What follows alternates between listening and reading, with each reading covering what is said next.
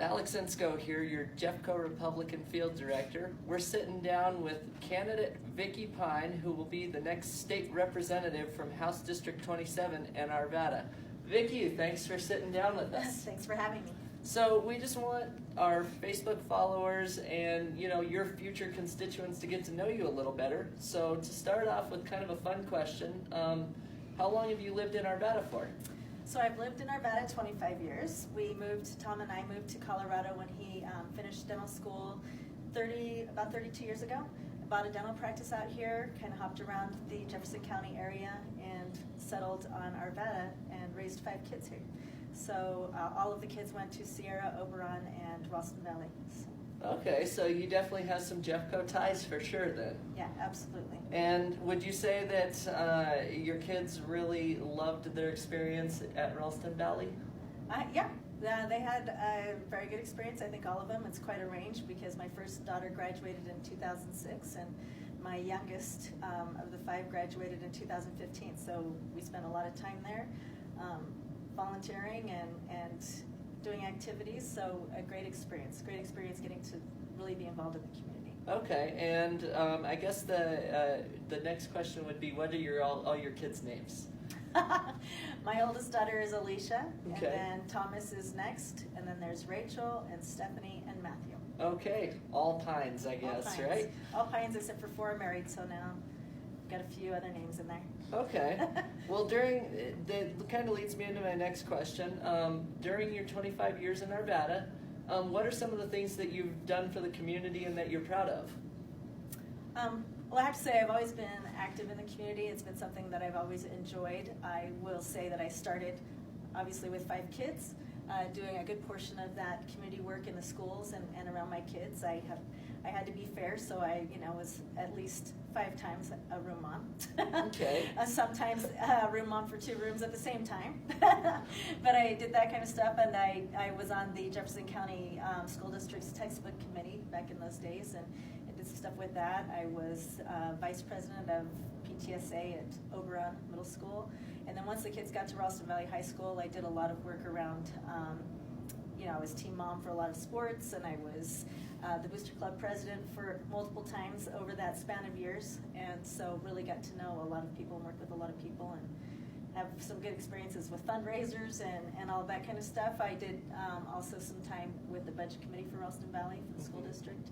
So I was involved a lot in that way with the school years. So it sounds like you put in a lot of volunteer work and a lot of hours for the Arvada community while you've been there. So yes, that was the school stuff, but I've also then since then, as far as Arvada goes, all the athletic experience and the Booster Club experience probably with team. My kids did a lot of sports. Everything from soccer to lacrosse to tennis to swimming. So you were everywhere. I was everywhere, and which probably was where I got the interest in and where I ended up leading into being elected to the Apex Board of Directors. So, and being involved in that way, I came on the board back when that last bond went through, and we did the 7 projects. So one of my greatest interests, because I had a lot of tennis players, was the indoor tennis center. I've been working on trying to get something like that going for years upon years. So by the time my kids finally graduated from high school and were out of here, now we have a tennis center. Oh, jeez. I know. So they missed out on it. They missed out on it, but I'm sure you hear about but I'm that. excited about it, and it's a phenomenal center. And their high school, the girls' high school coach is now one of the pros over there, and so that's been really exciting. But between the tennis center and extra baseball fields and new turf at Long Lake and a new rec center at Fitzmaurice and Seacrest getting rebuilt out, and splash pad at Apex and new child care center there. It's been a lot of fun doing all those projects. There's a lot of good things going on for Arvada right now, especially within the community. Right. And then there's other things that I'm on the Human Services Advisory Committee for the City of Arvada, which has a similar board with the county, which is called Community Services Advisory Board, where the block grant money that comes into the city or comes into the county, different nonprofits apply to get that money for various interests in the community: homelessness, child welfare, pregnant teen moms, all of these different nonprofits that need some grant money to exist. I sit on the boards that go through those applications and work on divvying out those and figuring out, what that looks like, both on Arvada and the county level. So that sounds like a lot of fun. It is a lot of fun, and you learn a lot, and it gives you a lot of background knowledge on all of the issues that we hear that we are concerned about, like homelessness and workforce readiness, and where our kids are coming out of the schools and what they're doing, where they're going, and how successful they're being, and that kind of stuff. So yeah, spent a lot of time with I've got a lot of good background on that. I've also served on the State Board of Pharmacy. Okay. So that's a licensing and disciplinary board. So we've got a lot of good experience around creating policy in that regard as well. So all of the boards that I'm on create policy. Okay. So I have a lot of background in policy experience, and so you already had the experience to go work down at the state legislature. Right. The knowledge of this is something that we would like to see happen, and I've got good background on knowing where to go for that piece. It's always best to start at the local level and then work your way up to the state level. So that if somebody comes to you with an issue or a problem, I think it's very important and valuable to know where to direct them to get the help that they need. Okay. Most immediately, and then what really has to go to a state level to be handled. Well, that's very interesting. It kind of leads into the next question, actually, believe it or not. What led you to the decision to want to represent Arvada down at the state capitol and House District 27? I'm not going to lie about and say that I've never been interested in politics. That it's not something that I don't like, and that I remember I've been debating stuff since as far back as high school, as far as I can remember.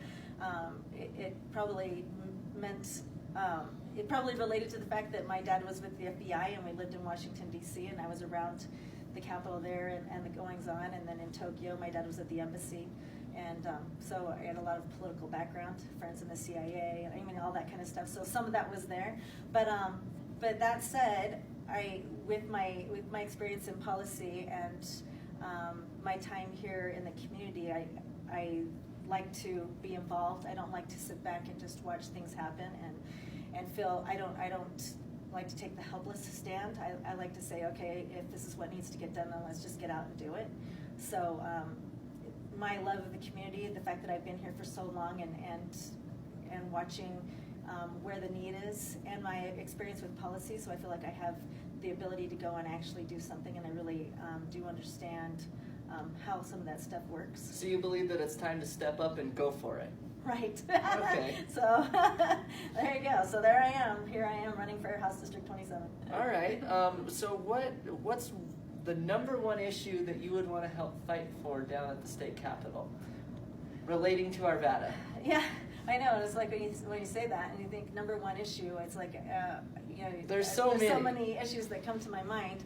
When I originally was thinking about running, and when I originally started with all of this, being self-employed and the healthcare system and having to be self-insured or small group insured, and all of the issues that go with that, and now we have the premiums that are so high and the deductibles so high and out of pocket, everything has gone out of control. So that was really one of the number one things. I thought we need to rein this in. We need to have a little bit better transparency in pricing. We need to figure out this whole insurance piece. There needs to be more competition.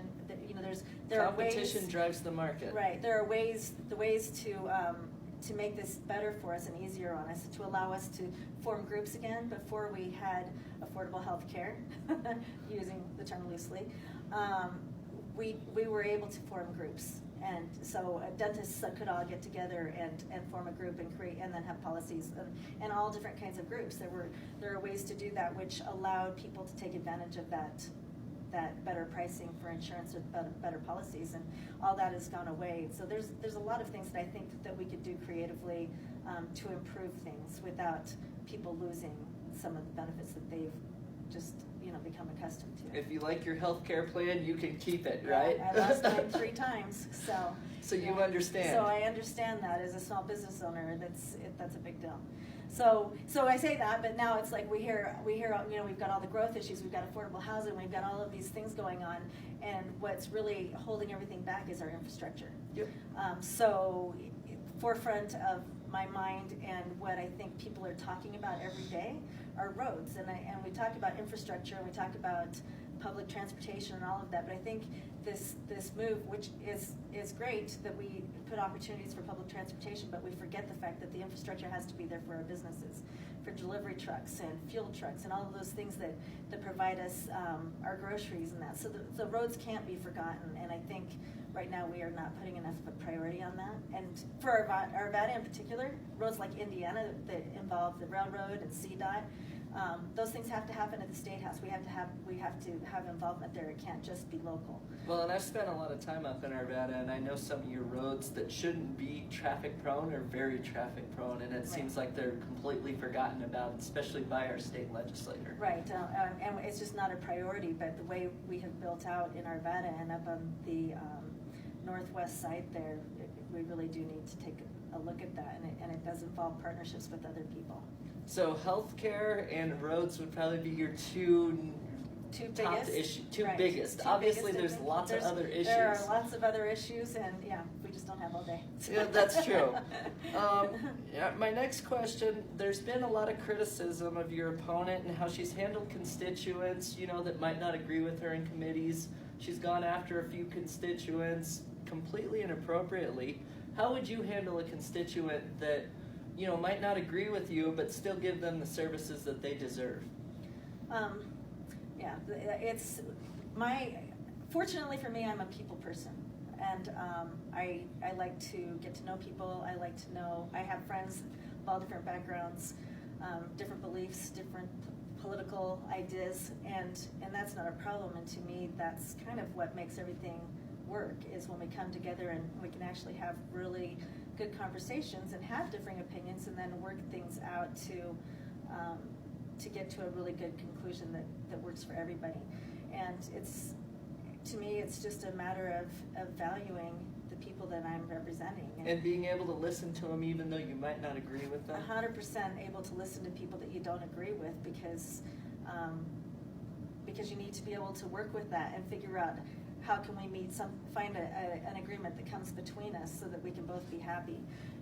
So I work at CASA, Jefferson and Gilpin counties. Started out as a volunteer there, ended up as the program director.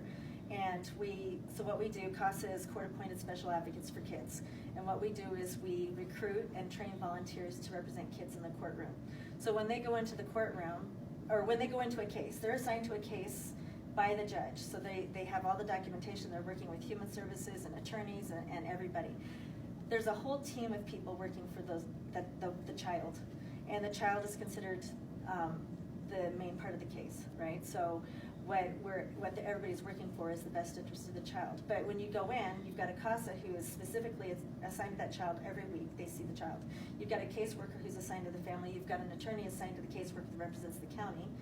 If there are two parents, they each have their own attorneys, and then there's an attorney assigned to the child. So there's a whole bunch of people with a variety of agendas working for this kid, and they have a whole bunch of different opinions about what should be happening for this child. And one of the things that we train our volunteers to is the fact that all of these different opinions and all of these different agendas, at the end of the day, we're still working for the best interest of the child. Mm-hmm. And you have to get along, you have to talk, and you have to figure out, with all of your different agendas, how that's all going to work together to come and serve what this child needs. And I think that's what is missing in our conversations in the community and forums and what we see at the State House. Now, I'm not saying that there's not people up there who can't talk and have conversations, but what is portrayed through the media, what is portrayed in social media, is that we're all fighting all the time, and that's sad and unfortunate, and it's not a good way to get to a decision that makes good policy and a happy community. So absolutely, long story short, we had to respect each other, and I absolutely would respect a person when we're having a conversation, regardless of whether I agree or disagree with them. Now that's what I call good tolerance. It's important. Now the last question that we have, and this is just kind of a fun question so some of your future constituents can get to know you better. Which is your favorite Colorado sports team and why? And that's funny. So back to the fact that I moved around all of my life, and so I never really took roots anywhere except for Tokyo, and for years on years I called Tokyo my home because I'd lived there longer than anywhere else as in growing up. But so now I'm in Colorado, and it's like the first time in my life where I haven't moved except for within the community a short distance. And so I've really taken roots here, and I'm pretty protective of all of my Colorado teams. All right. And I like them all. But I will say that my first date with Tom was at a hockey game in Washington, D.C., and it was the Caps versus the Blues. Okay. And my team was the Caps. He's born and raised in St. Louis, so he can't help it. His is the Blues. And so my team won. And just recently we went to the last game with the Blues here against the Avalanche, and the Avalanche killed I them. remember seeing some of those pictures, and you looked pretty happy when the Avalanche so won 7-3. I know. And so the backstory on that post is our first date was in January at that first hockey game time right after the new year, and it was my team versus his team, and my team won. And now we just kind of relived that, and my team versus his team, and my team won. So that was my Avalanche moment. All right. Well, hopefully the Avs can go on and win the Stanley Cup this year. That would be a lot of fun. That would be fun. The town would be going nuts. Absolutely. But other than that, that concludes the questions. I'm sure we'll have you back in for more questions throughout the campaign, and we just want to thank you for coming in and taking time so your constituents can get to know you a little better. And for everybody out there, make sure you vote for Vicki Pyne this year in Arvada. She will be a great state representative, and let's turn the House red. Thank you. Yep, thank you.